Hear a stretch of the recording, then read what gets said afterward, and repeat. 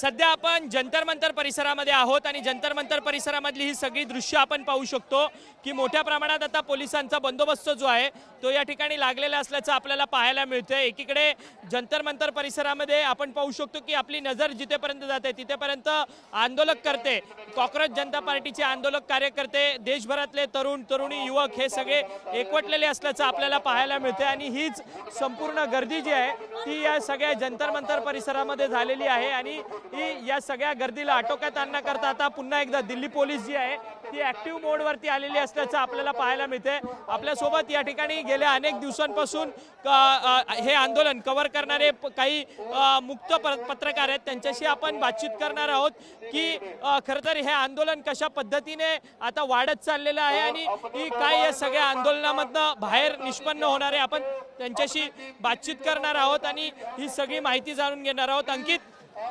गेल्या ही संपूर्ण आंदोलक जमलेले आहेत, कालपेक्षा आज मोठी प्रमाणात गर्दी आहे। कालपेक्षा आज ही आहे परिस्थिती खूप जास्त गंभीर झालेली आहे।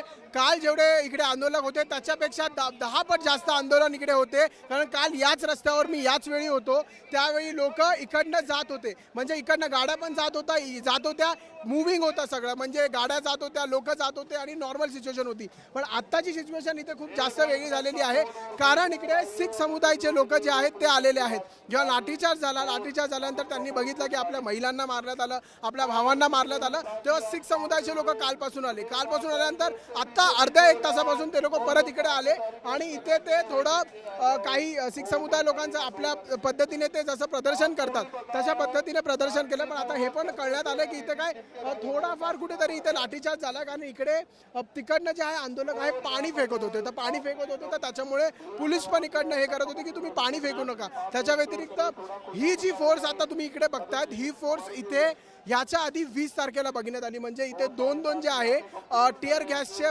गाड्या लागल्यात, त्याच्यानंतर पाण्याच्या गाड्या लागल्यात।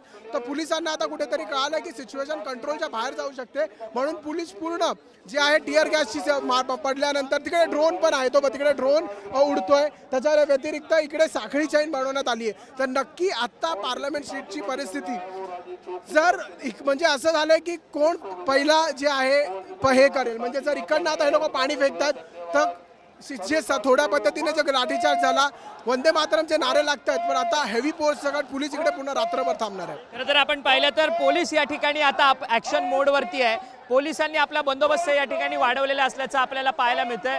दिल्ली पोलीसचे हे सर्व जवान जे आहेत ते या ठिकाणी तैनात झालेले असल्याचं आपल्याला पाहायला मिळतंय आणि त्याच्या समोरच आपण पाहू शकतो की या ठिकाणी मोठ्या संख्येनं आंदोलनकर्ते जे आहेत ते या ठिकाणी रस्त्यावरती उतरलेले आहेत, जमलेले असल्याची ही परिस्थिती आपल्याला पाहायला मिळते आणि एकमेकांना साथ देत हे संपूर्ण आंदोलन जे आहे ते या सगळ्या आंदोलकांकडनं या ठिकाणी होताना पाहायला मिळत आहेत आणि ही सगळी परिस्थिती सध्याची ही दृश्य आपण ही पाहू शकतो आणि मोठ्या संख्येनं हे आंदोलक जे आहेत कॉक्रोच जनता पार्टीचे आंदोलक ते या ठिकाणी पोहोचलेले असल्याचं आपल्याला पाहायला मिळतंय आणि शीख समुदाय देखील आता या सगळ्या आंदोलनामध्ये प्रामुख्याने उतरलेले असल्याचं आपल्याला पाहायला मिळतंय। व्हिडिओ जर्नलिस्ट विनोद अक्षय मंकणी, TV9 मराठी, नवी दिल्ली।